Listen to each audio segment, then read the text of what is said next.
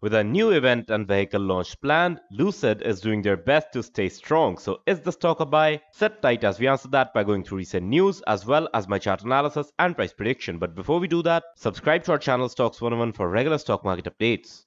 First up, Lucid will reveal two new vehicles, the Lucid Air Pure and the Lucid Air Touring, through an online event on 15th November. This event will be packed with announcements about the company's future plans as well as insights about the Project Gravity SUV, which is basically an SUV with the heart of the Lucid Air sedan. Going into detail, the Lucid Air Pure will be priced at $87,400 and it will have a dual motor 4-wheel drive configuration, whereas the Air Touring on the other hand will be priced around $107,000 and this vehicle will be focused more on luxury and comfort. Apart from this, Lucid and SiriusXM had entered a partnership as announced 5 days ago, under which Lucid vehicles will use the SiriusXM audiotainment systems. With all that in mind, let's analyze the charts.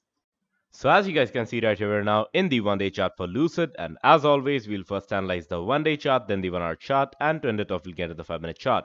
But right off the bat, we can see that we're in for a negative start, right? So we can see that we got a pin bar candle to the downside over here. We did get some recovery, but still another pin bar candle on the lower side.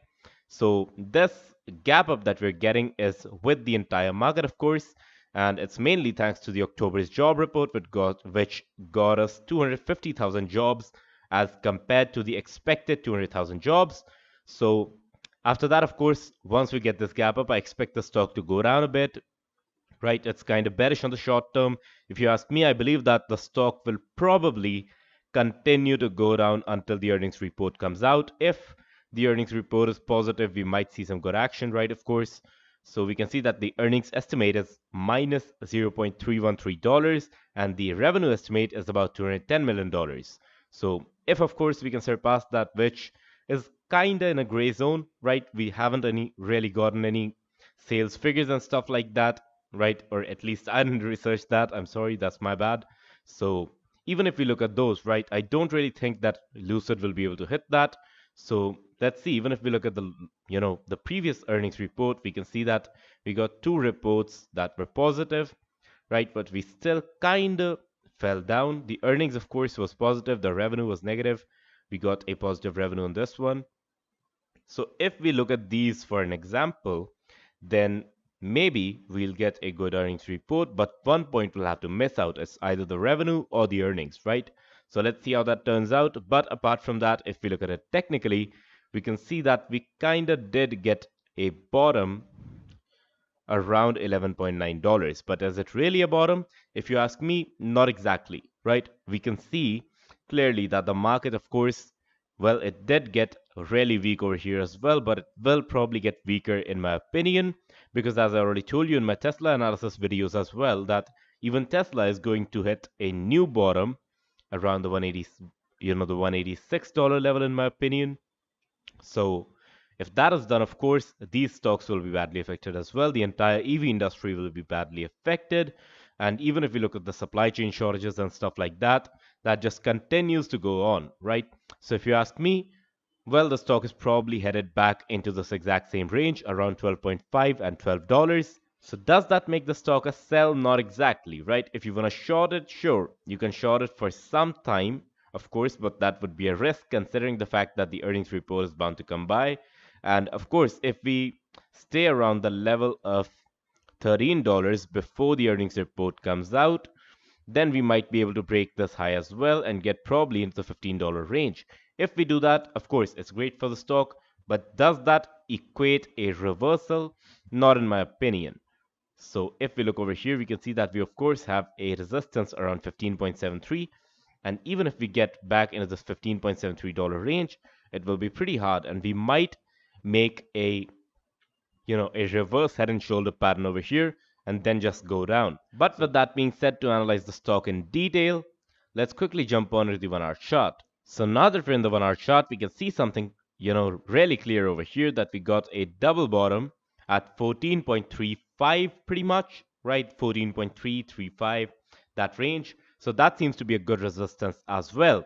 So let's see if we crash into that today before going down. which probably will happen in my opinion, right? We will get a small boost after we get our first candle on the pre-market, and after that we'll probably, not on the pre-market but on the actual market, and after that we'll probably get resisted and then fall down. Now, since we're talking about falling down, what support levels do we have? Well, first, of course, we have a great support at 13.65. We do have another support around 13.85, another one around, let's see, probably around 14.15 if of course we go up over here. Well, it seems that the market has started and we're up to 14.07, but we'll ignore this for some time and let it play out while we talk about the previous candlesticks. So of course, if we look at the lower parts, we do have another support around 13.10 as well as around 13.45. So with that being said, I don't believe there's much left to analyze in the 1 hour chart. So let's jump on into the 5-minute chart to see what's really going on in the live market. So as you guys can see right here, we're now in the 5-minute chart for Lucid. And of course, we can see that we did hit a price of $14.21, and now we're ready to make a downtrend, but we'll talk about that later. Let's, let some candles unfold. But if we look at the previous price action, we can see that on 3rd November, we were already making somewhat of a bearish trend.